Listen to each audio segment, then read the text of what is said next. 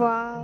বান্ধবীর একটা cake delivery দেওয়ার কথা ছিল। তো কেকটা ডেলিভারি দিয়ে আমরা সোজা চলে এসেছি আবারও একবার দুর্গাপুজোর শপিং করতে। প্রচুর কয়েকটা দিন বাকি। তো যেহেতু দেখতে দেখতে বেরিয়ে যাবে, শপিং করতে করতে বেরিয়ে যাবে। তো তোমরা কে কে শপিং করছো, শুরু করেছো বা শেষ হয়ে গেছে আমাকে একটু জানিও। দেন এখানে কিছু কুর্তির কালেকশন দেখছিলাম। তো আজকে চলো তোমাদের শাড়ির কালেকশন দেখাই কিছু। তো এগুলো ছিল সব 700 টাকায় buy one get one free. তো গাইস, এই যে এখানে কালারফুল রটা দেখছো, সবে ছিল buy one get one free, বা এখানে অনেক রিজনেবল প্রাইসেও ছিল, কিন্তু কালারফুল এত সুন্দর দেখতে লাগছে। তো 200 টাকায় কিছু বয়স্ক মানুষদের শাড়ি ছিল। তো আমিও ভাবছি যে 200 টাকায় শাড়ি পাওয়া যায় কি করে। তবে এখানে দেখলাম এই শাড়িগুলো। তারপরে এখানে ছিল 250 টাকা করে শাড়ি। এগুলো বাই ওয়ান গেট ওয়ান না, জাস্ট একটা করে শাড়ি ছিল 250 টাকা। আমার তো শাড়িগুলো গাইজ বেশ পছন্দ হয়েছে। তো এখানে ছিল কিছু সুন্দর কোয়ালিটি। আর এই যে মেরুন আর ব্ল্যাকের মধ্যে যে শাড়িটা দেখছো গাইজ, কি সুন্দর। এটার দাম ছিল 900 টাকা। আমার তো খুব পছন্দ হয়েছে মায়ের জন্য। তো যদি নেক্সট টাইম গিয়ে থাকে তো আমি নিয়ে আসবো। আর এখানে একটা ল্যাভেন্ডার কালারের শাড়ি দেখো,